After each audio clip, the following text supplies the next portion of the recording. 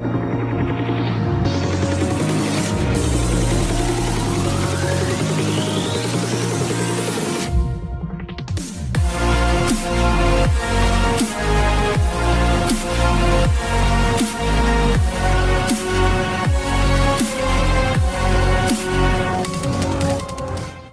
guys, kembali lagi dengan anime. Di video kali ini kita bakal ngebahas anime baru, yaitu Tokyo Revenger. Teman-teman penasaran kan gimana sih anime yang satu ini? Oke, langsung aja kita ke pembahasannya.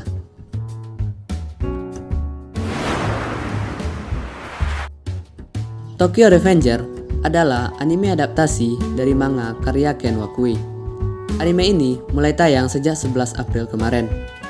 Hanya dengan melihat episode pertamanya aja, saya sudah tertarik untuk menonton kelanjutan kisahnya, yang menurut saya akan membuat otak berpikir untuk memahami alurnya nanti. Tapi disitulah keseruannya.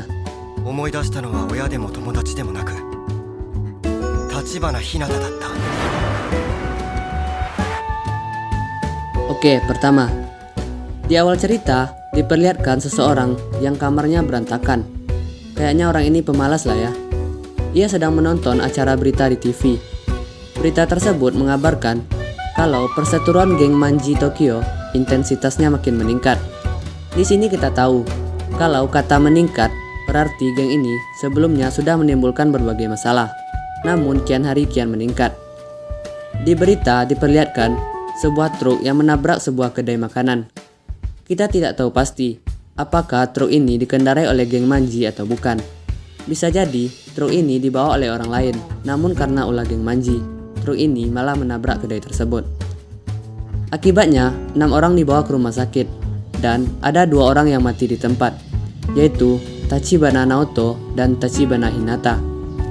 Mendengar nama Tachibana Hinata, pemuda yang sedang menonton berita itu terlihat agak terkejut. Kok kayak kenal ya? Tachibana Hinata.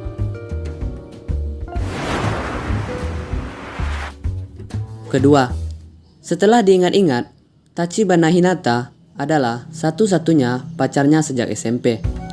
Kemudian ceritanya lanjut.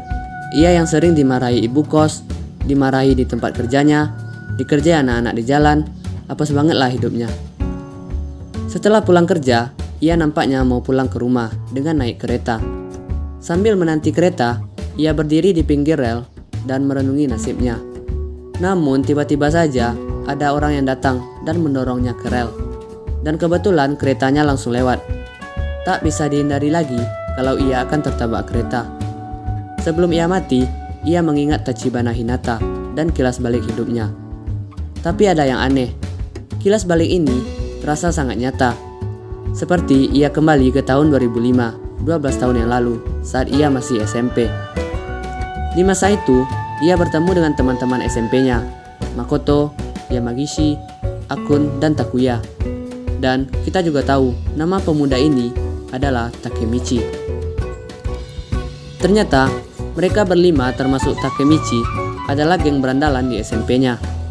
Penampilan Takemichi pun agak berbeda dari masa dewasanya yang agak culun. Ia melihat HP-nya dan melihat kalau sekarang adalah tanggal 4 Juli 2005.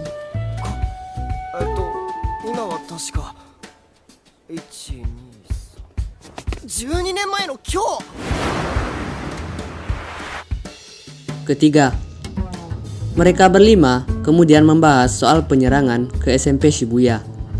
Pertarungan antara mereka yang kelas 2 SMP Mizo dengan kelas 2 SMP Shibuya. Mereka tak takut dengan kelas 3 SMP Shibuya karena katanya sepupu Takemichi, Masaru, adalah pemimpin di sana. Otomatis mereka bertemanlah. Mereka pun menuju ke SMP Shibuya. Namun yang mereka temui hanya anak kelas 1 dan 3 saja. Kelas 2 tidak. Kemudian datang geng berandalan kelas 3 SMP Shibuya dan mengatakan kalau anak kelas 2 sedang tur studi. Anak-anak kelas 3 itu akan menghajar Takemichi dan teman-temannya. Yamagishi menyebutkan kalau mereka sudah berbicara dengan Masaru. Tapi tampaknya Masaru bukanlah pemimpin di sana, melainkan cuma bawahan. Ia berlagak pemimpin untuk pamer saja. Mereka berlima pun lalu dihabisi sampai babak belur oleh anak-anak kelas 3 itu. dan meminta mereka untuk menjadi kroco atau bawahan di geng Tokyo Manji. Ternyata mereka lah geng Manji yang menyebabkan masalah di masa depan nanti. お前ら今日から俺ら東京卍会の兵隊な。しっかり働けや。 Keempat, setelah itu Takemichi pergi mencari Hinata ke apartemennya. Setelah ketemu, Hinata malah mengomeli Takemichi yang berantem lagi. Ternyata mereka di sini sudah berpacaran. Takemichi menangis dan bercerita pada Hinata, tapi kita tak tahu apa yang diceritakannya. Sepulang dari situ, ia duduk menyendiri di taman. Kemudian ada berandalan yang memerah seorang anak. Takemichi marah karena mereka berisik saat ia lagi galau. Takemichi dengan kesalnya menghajar berandalan itu dan mengusirnya. Kok juga nih anak ya? Takemichi juga menanyakan nama anak itu dan ia menjawab, Tachibana Naoto, adiknya Tachibana Hinata, pacarnya.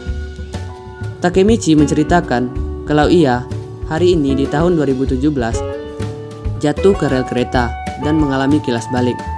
Tapi Naoto menyebutnya melintasi waktu. Takemichi menyebutkan kalau pada 1 Juli 2017, 12 tahun dari sekarang, Hinata dan Naoto akan mati. Maka dari itu, ia meminta Naoto untuk menjaga Hinata dengan baik. Takemichi ingin mengubah masa depan. Naoto kayaknya percaya dan mereka berjabat tangan. 彼女なんだよ。バカ。ごめん。 Kelima, saat berjabat tangan, Takemichi kembali ke masa sekarang, 4 Juli 2017, dan ia terbangun di klinik stasiun. Ternyata ia tak jadi mati saat jatuh ke rel, bahkan tak ada luka sedikit pun. Tiba-tiba datanglah seseorang menemuinya, yaitu Naoto. Ternyata takdir telah berubah. Naoto tak jadi mati, dan ialah yang menyelamatkan Takemichi di rel kereta api. Ia menjadi polisi supaya bisa melindungi kakaknya, sesuai yang dikatakan Takemichi 12 tahun yang lalu. Ternyata yang dialami Takemichi tadi bukanlah sekedar kilas balik biasa. Ia benar-benar melintasi waktu. Tapi sayangnya Hinata tetap belum bisa diselamatkan. Maka dari itu Naoto mengajak Takemichi untuk bekerja sama menyelamatkan kakaknya Hinata. Menurut saya, Tokyo Revenger ini agak sama lah ya dengan Steins Gate, yang kembali ke masa lalu untuk menyelamatkan orang yang dicintainya. すいません、竹道君。姉は死にました。考えられる手は全て尽くしたんです。 Oke guys, itulah tadi pembahasan Tokyo Revenger. Gimana? Menarik kan? Terima kasih telah menonton dan sampai jumpa di video selanjutnya.